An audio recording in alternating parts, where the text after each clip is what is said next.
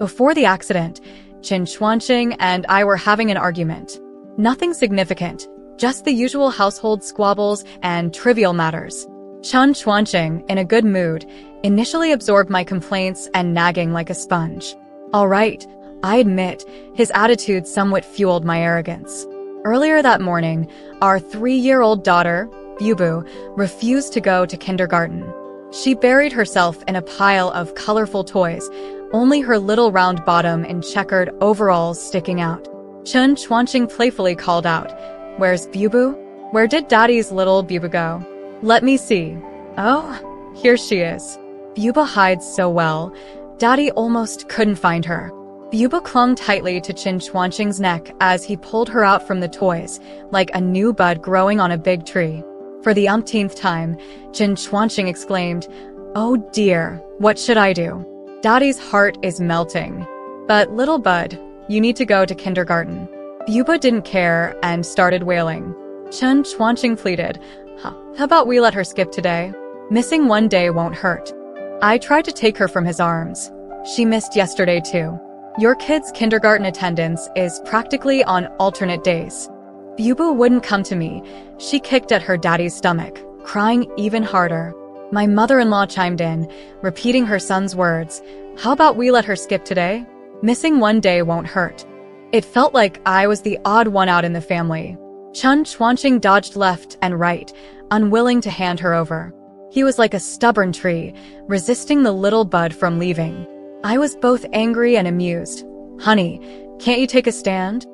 He looked at me as if to confirm whether I was really her mother or some imposter. Once assured, he gently said to Bubu, "All right, be good, Bubu." On the way to kindergarten, Bubu clung to her daddy, sniffling and saying softly, "Mommy is a bad person." Qin Chuanqing, without any principles, echoed, "Yes, Mommy is a bad person." "Don't want Mommy." "Bubu doesn't want Mommy anymore."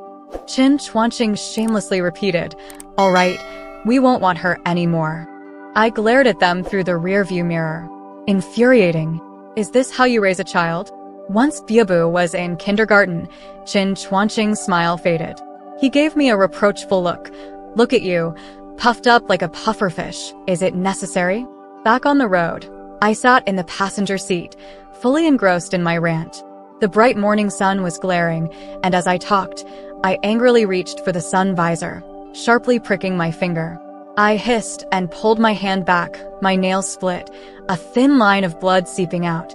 Qin Chuanqing turned to look at me and said, "After all that, are you dissatisfied with me? The changes in our life since Bubu was born?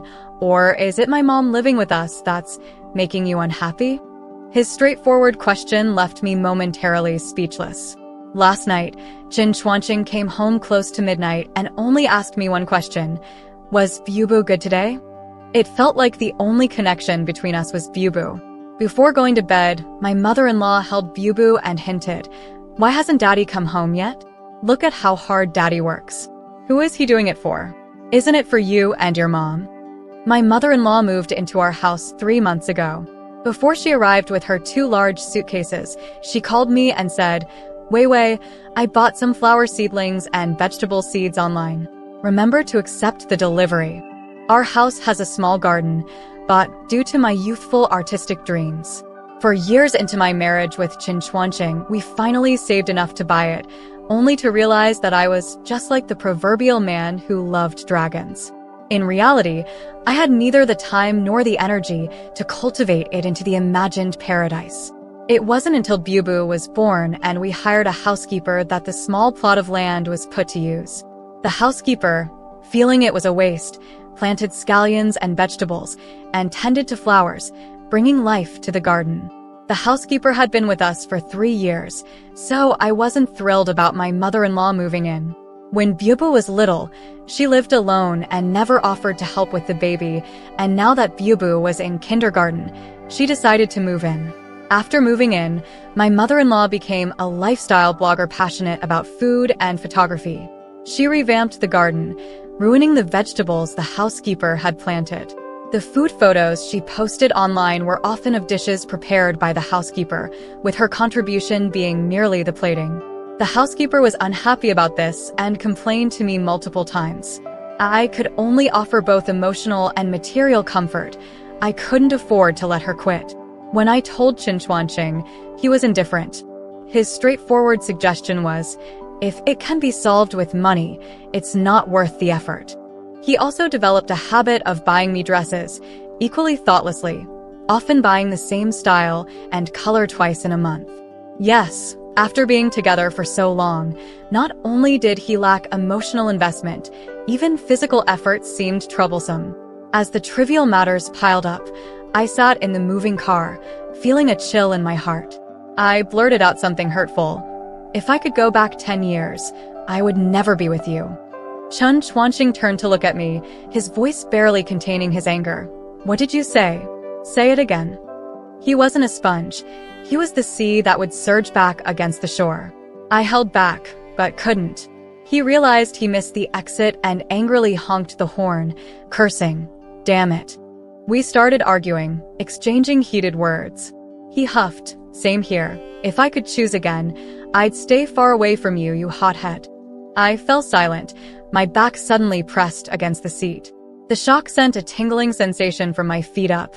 A blue truck turned out of an alley, without slowing down, and neither did we. My ears roared as I stared wide-eyed, Chen Chuanqing frantically turning the steering wheel. Just before losing consciousness, I heard him call my name, his voice filled with despair. Fu Lingwei. When I woke up, I was in a strange room. I was lying on the couch. The television was on. The ceiling fan was whirling overhead, stirring the large leaves of a plant in the corner nonstop. Where is this? Where is Chen Chuanqing? Inside the television, Country Love Story was only playing its fifth part. I pressed the remote control, and there was a channel broadcasting news. The news anchor's formal voice echoed in the room. Today is May 28th, 2012, Monday. Goodness, what's happening? I scratched my hair, rubbed my face. This doesn't feel right. I jumped up. In the mirror, there was a face of a strange woman, very young, very beautiful. Yes, at least younger and prettier than Fu Lingwei, taller than Fu Lingwei, and thinner waist and more ample chest than Fu Lingwei. My heart twitched. So, where did Fu Lingwei go? Where is Chen Chuanqing? I looked at my hand. The nail of my index finger was cracked. There were scabbed bloodstains at the edge. This made me believe that the car accident happened, the fight happened, and going further back, the labor pains on the delivery bed happened. Oh my God. Piu-piu. When my daughter was very young, she liked to make piu-piu sounds with her mouth, so her daddy named her that. Cold sweat was running down my back. Chen Chuanqing, where are you? After the accident, is he still alive? How about me? I must have died, otherwise. Why would I appear here? I gradually calmed down a bit. I'm from 10 years in the future. Even if I haven't eaten pork, I should have seen a pig run. There's nothing to be afraid of being reborn or time traveling. Let it be a window of opportunity opened by destiny. Even if it's only a crack, I will make my way out. If it's 10 years ago, then I have a way to change the trajectory of life and thus prevent the accident from happening, right? For example, avoiding that road, adjusting the timing, keeping the mood balanced without a fight. Like what we said when we were angry, not to be with each other, truly a couple turned into enemies after many years. Sometimes I even doubt that love and torment are synonyms. Since I've seen the ending, why repeat the mistakes? Without love, marriage, there won't be fatigue, fights, and then no accidents will happen. Piu-piu, the little one won't lose her dad and mom, right? The logic seems right, but I forgot one very important thing without thinking. A very important thing. Very soon, I confirmed my current location. There was a lawn and trees downstairs, and a red brick walkway with damage. Chen Chuanqing's first rented house after he started working was in this building. I found my current identity in the house. Lu Qi, 22 years old, jewelry store clerk, living alone. My room number was 401, Chen Chuanqing's was 403. My memory told me, a month later, Chen Chuanqing will have a new colleague named Fu Lingwei. They were both sales clerks. For appearances, their business cards all printed with customer manager. The department practiced a system of elimination for the last-placed employees. Fu Lingwei was new and nearly got eliminated twice, but Chen Chuanqing secretly helped her by making additional sales, enabling her to keep her job. Later they started to work together. Their sales performance consistently topped the company. Then they changed jobs together, later resigned to start their own business. This was their trajectory for 10 years. One night, they came back from a social event. He was drunk. She was supporting him, her forehead all covered in sweat. In the staircase corner of this building, the light was ambiguous. He tried to kiss her, their noses already touching. Then he stopped there. "I like you," he said. "But life is so hard. A simple 'I like you' isn't enough." He appeared eager yet restrained, making Fu Lingwei seem somewhat forward. But he wasn't responsive. He said, "What kind of man takes advantage of alcohol to make bold claims? Lingwei, there will come a day when I will confess to you sober." Memories were too numerous and heavy, and completely useless.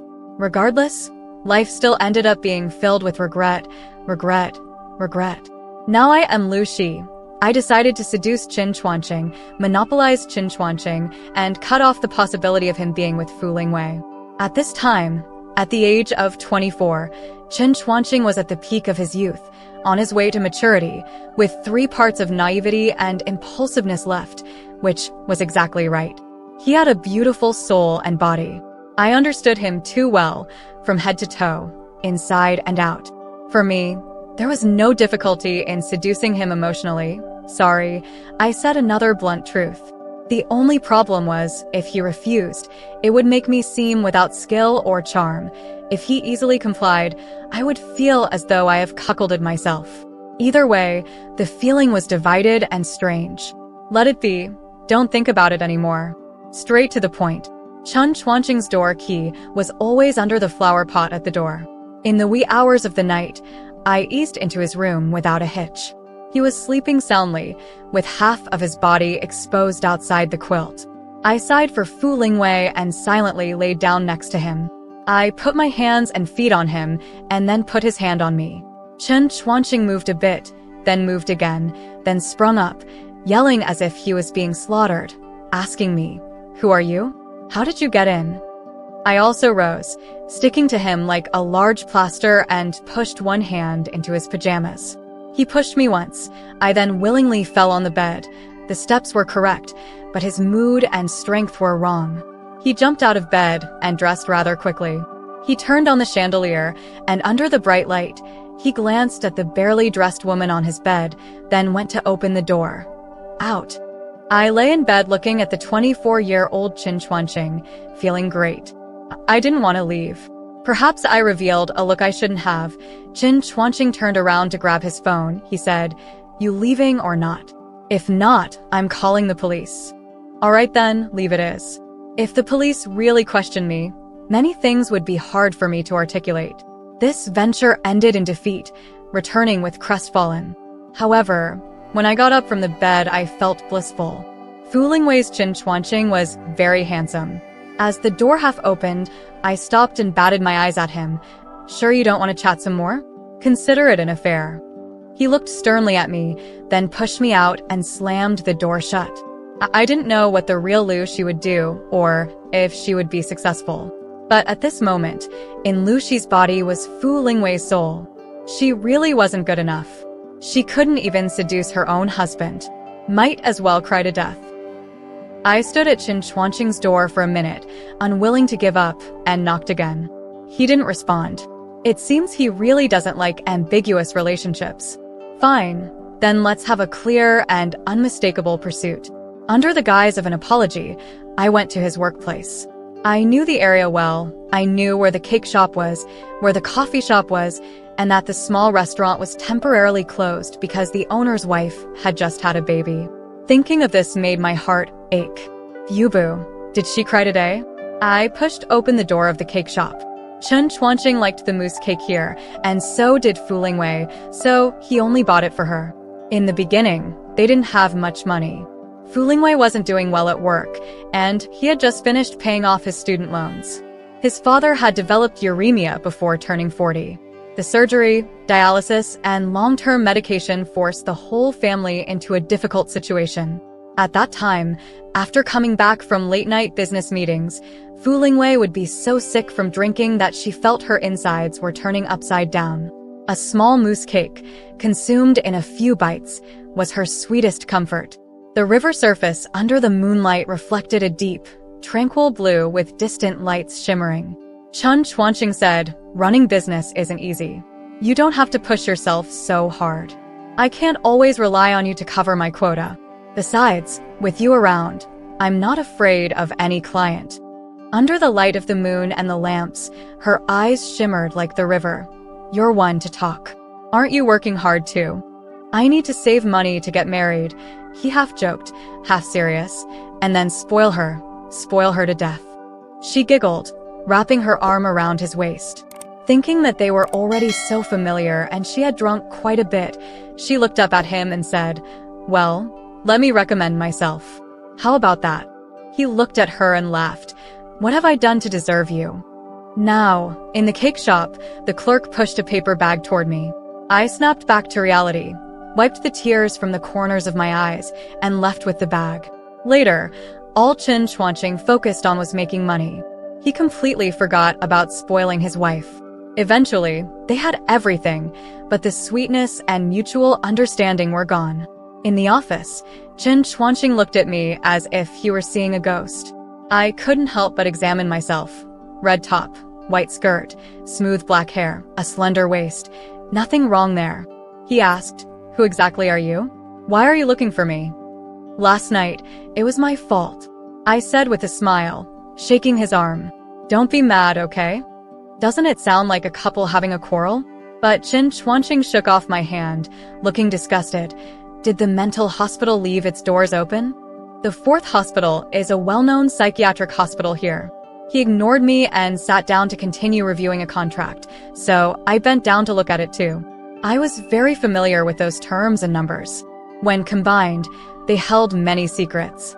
As I examined it, I spotted a small issue. As I was thinking, Chen Chuanqing turned his face to me, his face close to mine. He said, "Enjoying the view?" I scratched at a set of numbers with my nail, the broken nail stinging a bit. He glanced at the contract and then back at me. When I pulled my gaze from the numbers, he was no longer looking at me. He cleared his throat, pointed to the door. "Remember the way in? Now, out you go, and take the cake with you." Why is he always kicking me out? What's his problem? That night, I tried to sneak into Chen Chuanqing's room again, only to find that the key under the flower pot was gone. Looking more closely, I noticed he had changed the lock too. Smart and meticulous, very good. The next morning, I waited for Chen Chuanqing at the baozi shop at the entrance of the alley. He usually has 2 baozi and a cup of soy milk there before taking the 226 bus to work. Look, I spotted him. I waved at him and shouted, "Good morning." There were many people around, and I was sure he wouldn't embarrass me too much. Sure enough, he reluctantly curved his lips into a smile and, through gritted teeth, said, "Morning." He hurried off after buying his breakfast, probably afraid I'd follow him. He even looked back at me once he had walked a bit. In the evening, I sat by the fruit stand at the entrance of our neighborhood, waiting for him. As soon as I saw him, I ran over with the peaches I had bought and cheerfully asked, "You got off work early today?" I handed him a peach. "Have one, it's really sweet." He glanced at me, surprisingly gentle. "Thanks, but I don't want any." Monologues are pretty dull, honestly. I stopped and bit into a peach. "Fine, your loss." He walked away without acknowledging me. On the 3rd, 4th, and 5th days, I just showed up to let him get used to seeing my face, to get him accustomed to having me in his life. On the 6th day, Chen Chuanqing went on a business trip. When he returned a week later, I continued my face-showing routine. It took almost another week for him to start greeting me with a morning. Chen Chuanqing was a tough nut to crack, and I missed Bubu so much every day that it felt like my heart was being clawed at. On the 20th day of being Lu Shi, Chen Chuanqing had a social event to entertain a major client. I saw an opportunity. I waited for him outside the hotel. He seemed to have gotten used to seeing this shameless me, and he finally smiled. He said, "Aren't you cold?" I was wearing a spaghetti strap dress, showing a lot of my back. I smiled at him. "Then lend me your jacket." His smile faded, and he snorted, "Dream on." I moved closer, trying to lean his whole arm on my shoulder like Fu Lingwei used to. But Chen Chuanqing shook me off, looking a bit impatient. "What are you doing?" His reaction hurt me deeply. Even though this body belonged to Lu Shi, my heart was still Fu Lingwei's. What pained Fu Lingwei the most was facing her husband's impatient face and hearing his words of reproach. I stood there, frozen. But this wasn't the time to feel sad. I had to pick myself up.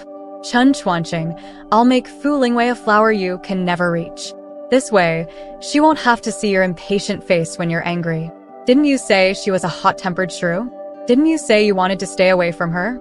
Fine, I'll help you." Chen Chuanqing had already walked a dozen meters away. I caught up to him, softly asking, "Do you really hate me that much?" He didn't answer. I spun around in front of him, totally over the top, but who cares? I was just borrowing this body anyway. I asked him, "Do you think I'm pretty?" "Such a nice back. It would be a shame not to get a cupping treatment," he said, pointing to a nearby therapy shop. "Go on." I couldn't help but laugh. I admitted to myself that I might fall for him again, even while hiding in someone else's body. Maybe it was the night breeze deepening his drunken state, as he staggered a bit. I tried once more to support him like Fu Lingwei would, letting him lean most of his weight on me, but he pushed me away again. With his brows furrowed, he asked, "Why do you keep showing up in front of me?" I replied smoothly, "Because I like you. You're upright and handsome. I fell in love with you at first sight and want you to be my boyfriend." He shook his head, "But I don't want to." At this moment, at 24, drunk, he seemed even more like a big boy. His eyes were filled with stars, and his innocent expression made me want to laugh and cry. I tentatively suggested, "How about living in the moment?" He laughed, "Don't choke around." On our walk, I kept trying to make conversation, and he kept responding to my questions. We didn't take a cab. Instead, we wandered along the empty streets late into the night. Chen Chuanqing smiled more and more, which made me a bit sad. He wasn't a saint. I had gilded him with my affection, thinking he was invulnerable, thinking he was full of virtues. In reality, he was just a normal person, with the same flaws and shortcomings that any human could have, and he might easily fall for someone else. Never, ever, overestimate your importance in someone else's life. Isn't that right? But it hurts so much. Yet, how could I deny his past rationality and determination? Before becoming Chen Chuanqing's lover, Fu Lingwei had been his colleague and friend for a long time. They were the most tacit partners and the most trusted confidants. Because of work, they had traveled to many places together. To save money, sometimes they only booked one room. As a pair of mutually attracted individuals, their feelings could easily have ignited into a blazing fire. His panic and shyness, his struggle when he turned his back, all of it had been seen by her. After they got together, she had questioned him, playfully asking, "Is it because you don't like me enough?" We are people of feelings and integrity, with boundaries and restraint. We hope for a lasting relationship and dare not act impulsively, he said, bending down to kiss her. "You know your place in my heart, don't you?" I must admit, later on, when Fu Lingwei became Chen Chuanqing's wife, their small company found its footing, and the balance in their bank account began to look better. His network of contacts expanded, and he became more charming than he had been in his 20s. At the same time, a new generation of young girls grew up. She continued to trust him completely, a trust rooted in the calmness and self-restraint he had shown in their passionate youth. On the deserted road late at night, I felt a chill in my body as Lu Shi. I inched closer to Chen Chuanqing, but he sidestepped. I tried again, and he moved away once more, breaking the rhythm of our previous conversation. Eventually, he quickened his pace, and I had to jog to keep up, making me look quite desperate. But what choice did I have? In 10 days, Fu Lingwei would show up, proving with her actions that love at first sight isn't just a myth.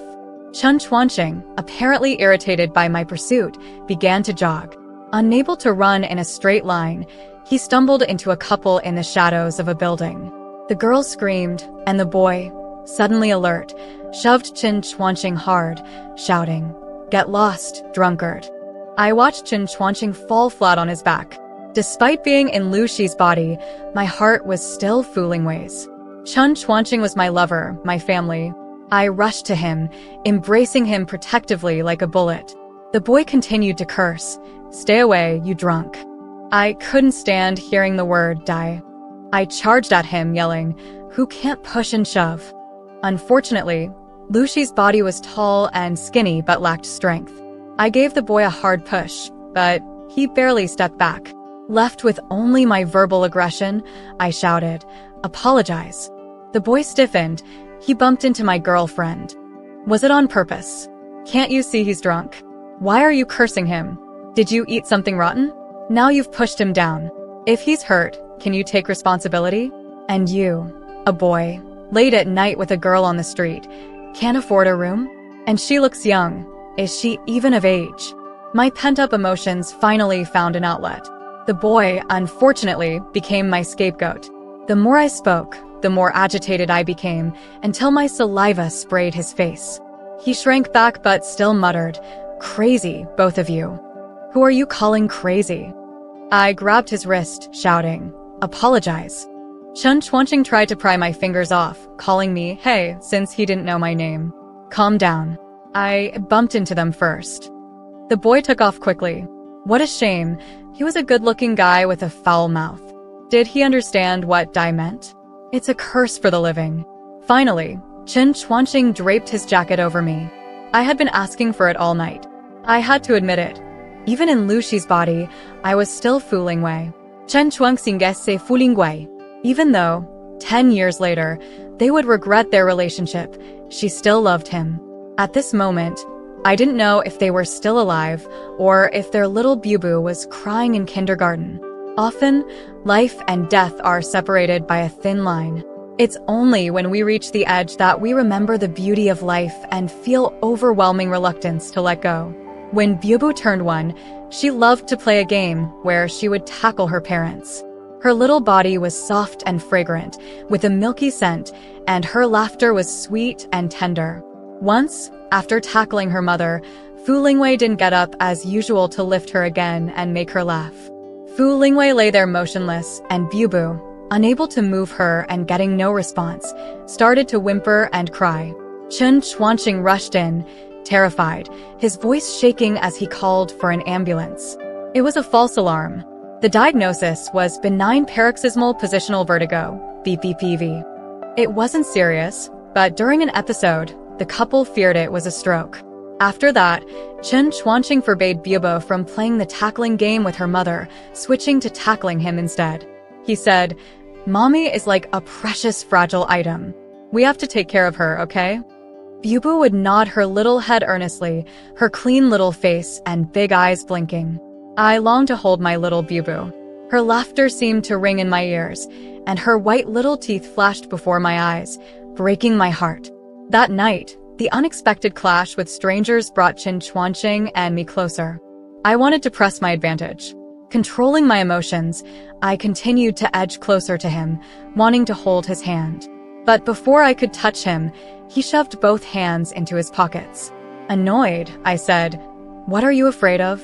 Do you think I'll bite?" "Who knows? You're quite fierce," he said, looking at me. "What's your name?" "Lu Shi." "Why are you following me?" "I've told you I like you. I want to be your girlfriend." "Why would you like me? We don't even know each other." "Well, now we do, don't we?" I smiled, stepping in front of him.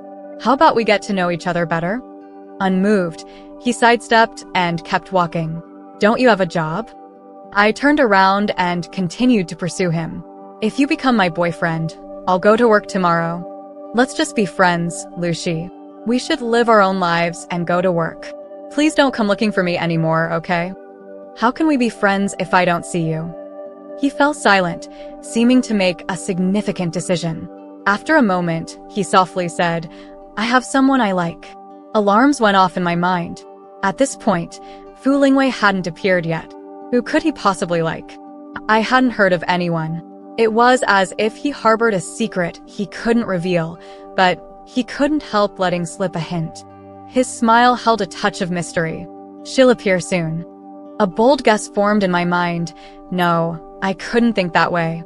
Lu Shi can be with Qin Chuanqing, right? I just needed to keep trying. If they ended up together, Fu Lingwei wouldn't have anything to do with it, and life could take a different course, right? Only 5 days remained before Fu Lingwei would appear, and my attempts to attract Qin Chuanqing were getting nowhere. Perhaps to avoid me, he stayed at his company almost 24/7. I went to find him once, but he hid and wouldn't see me. 2 days later, when he returned home to change clothes, I finally caught him. Like a persistent piece of adhesive, I pressed my back against his door. Wanna open the door? You'll have to let me in first. When he turned to walk away, I felt like I had been dumped. I didn't know what to do next. I squatted on the ground, and after a long time, I finally saw his feet through my tear-filled eyes. My gaze slowly traveled up from his pant legs to his face. I stood up and hugged him. He didn't respond, but he didn't push me away either. After a while, he said, "Don't stand here. Come inside." Qin Chuanqing's room was small. He had me sit on the bed while he took the only chair. For a long time, he didn't say anything of substance. Finally, he broke the silence. "Stop crying. What's your name again?" Lu Shi. Lu as in continent, and Shi as in rest. I was sniffling and hiccuping as I spoke. I didn't know why I felt the need to explain this to him, but perhaps I just wanted to say more to him. He nodded and then fell silent again. Outside, the cicadas seemed restless, their calls blending with the rustling leaves as the summer wind blew through them. The incessant buzzing grew more urgent by the second. Qin Chuanqing finally looked at me and asked, "Do you know a child named Bubu?" My head felt like it exploded. I stared at him wide-eyed. "Who are you?" He smiled, but his eyes were red. "Who do you think I am?" It turned out that he, like me, was from 10 years in the future. Inside this young body was an old soul. I had considered this possibility before, but it was so absurd, so far-fetched. Pointing at him and then at myself, I asked, "Why are you in your own body while I'm in someone else's?" My scalp tingled, and my thoughts were a jumbled mess. Grabbing his hand, I rambled incoherently. "Now that you know, you must realize being with Fu Lingwei was a mistake. You should marry a gentle woman, have Bubu, and live a peaceful life. Bubu is so young and innocent. She needs her parents together, please." He looked at me with a mix of frustration and pity. "Are you stupid? Only a child born to Qin Chuanqing and Fu Lingwei at exactly the right time would be Bubu." That realization hit me like lightning. How could I have overlooked something so crucial? I took a few steps back and sat down on the bed again, feeling like even that was too close to him. I curled up, hugging my knees. "You were so confident before. Now you're scared?" Qin Chuanqing lowered his eyes and spoke softly. "In 3 days, she will be here. I've already seen the new employee list." I felt a deep sadness and began to cry.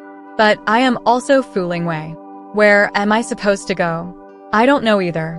Let's wait for her together, okay? I believe once she's here, everything will become clear.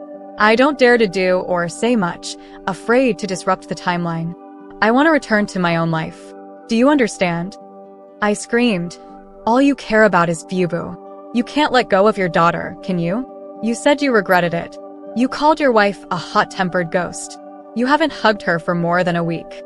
If you don't talk about work or your daughter, you barely exchange 10 words a day. You don't love her anymore, right?" Qin Chuanqing raised his voice too. "Nonsense. She's my wife, my partner, and my confidant. We went through tough times together, sleepless nights starting our business. We had the happiest moments. She's like a part of my body. I don't need to say, 'I love you' to my shoulder or chest every day, but I can't live without them. Do you understand?" As he spoke, he seemed to realize that the person in front of him was indeed Fu Lingwei. He looked into my eyes, searching deeply, and said, "I never stopped loving you. Remember how hard we worked to make money? How many times did we drink until we threw up? just to close a deal. We endured so much, laughing and crying together. Do you think I'd want to go through that again? But for you, I would. If Chen Chuanqing hadn't met Fu Lingwei, neither of them would have become who they are. Maybe you're dissatisfied with our life, but I always thought it was pretty good. I pounded the bed with my fist. But it leads to death, Chen Chuanqing. If I had another chance, His throat tightened, and he didn't finish his sentence. Instead, he changed the topic, his voice gentle. Let me tell you a secret. Later, Fu Lingwei became a money grubber, holding on to every penny at home. What? She was kind of cute that way. I straightened up and told him firmly, Fu Lingwei loves money more than anything in her life, but you are more important to her than her life. Chen Chuanqing looked at me for a long time before he spoke softly yet firmly. I want to go back. I don't want to say anything more. I'm afraid of changing the path of our lives. I want to go back. He repeated, Wei, I want to go back. I couldn't hold it in anymore. I didn't want to. I threw myself into his arms, and this time, he didn't push me away. Do you know how sad I've been during this time? You didn't care about me at all.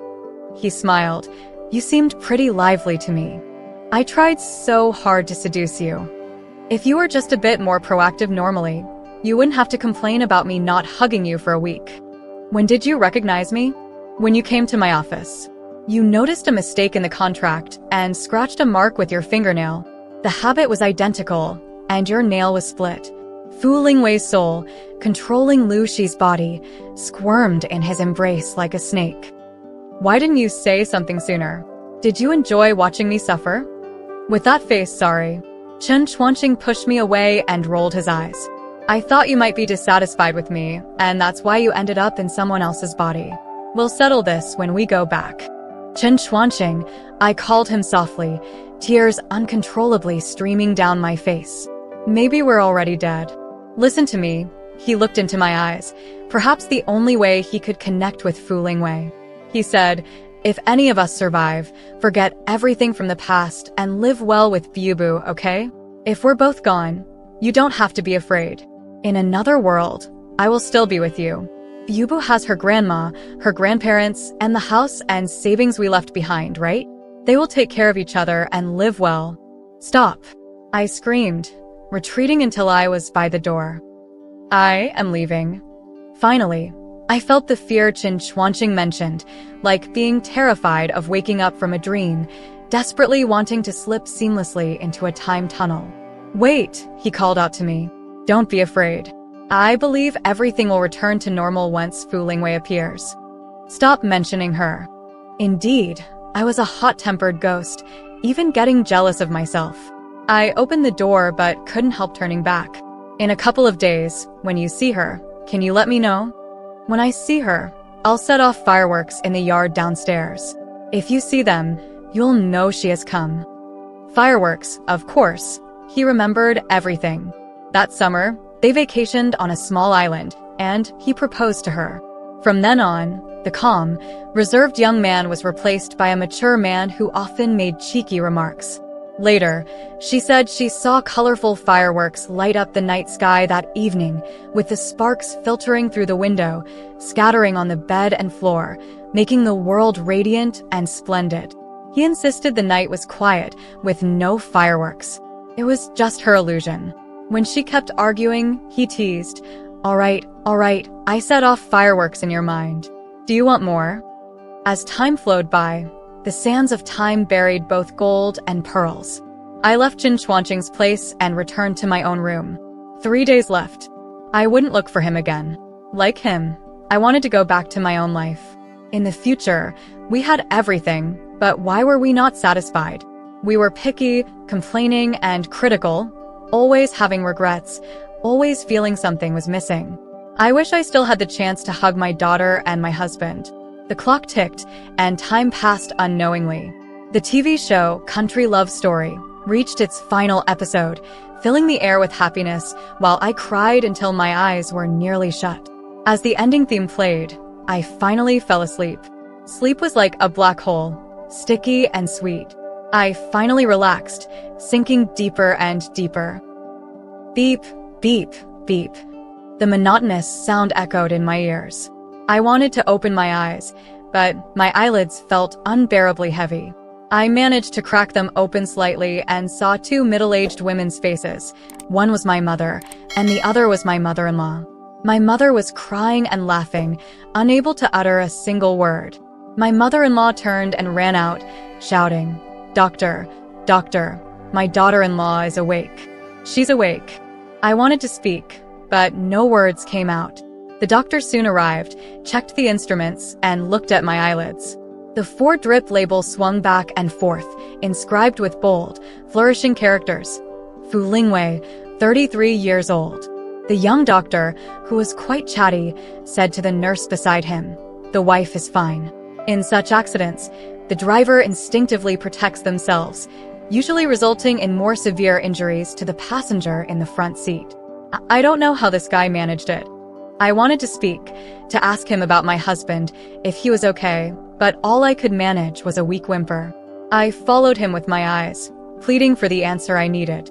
The nurse leaned down, blinking her long lashes. She said, "You want to know about your husband, right? Don't worry, he's out of danger." She said this while wiping my tears. She was so gentle, so kind. If I could speak, I would tell her I loved her. Chen Chuanqing slept fitfully for several days. By the time he was fully awake, I could already get out of bed and walk slowly. So, the first thing he saw when he opened his eyes was my face. His voice was hoarse as he called, "Fu Lingwei." I answered, and he looked at me, eyes filled with confusion and doubt. "What year is it now?" As soon as he said this, his mother started crying, probably thinking he had lost his mind. But I knew he hadn't. This was a perfectly fine Chen Chuanqing. I chattered nonstop, telling him, "I'm Fu Lingwei, I'm your wife. I've been by your side all along. It's been 10 years since we met. We have a 3-year-old daughter, Bubu, who adores her dad and is waiting for us to come home." A large tear rolled down Chen Chuanqing's face, crossing the bridge of his nose and falling into his other eye. He smiled faintly and was about to speak when the young doctor who had just entered stopped him and sent me back to my room. That night, I sneaked into Chen Chuanqing's room. He was awake. I asked, "Why aren't you sleeping?" "Slept too much, not tired." "Does it hurt?" He groaned softly. "Yes, it hurts." I rubbed my cheek against his forehead. "Honey, I'm sorry." He couldn't move yet, only sighed. "It's my fault. I knew comforting you would have solved everything, but I had to argue. It's my fault too. It wasn't even a big deal, but I kept nagging." "Let's not talk about that." He asked, "Did you dream?" "Yes, a long, long dream." "What did you dream about?" You and me." Chen Chuanqing paused for a moment. I thought he was going to say something deeply emotional, but instead, he said, "Honey, you might be an idiot, you know." Seeing his teasing look and the smirk ready to play on his lips, I decided not to admit that we had been in the same dream. Yes, I resolutely wouldn't admit it.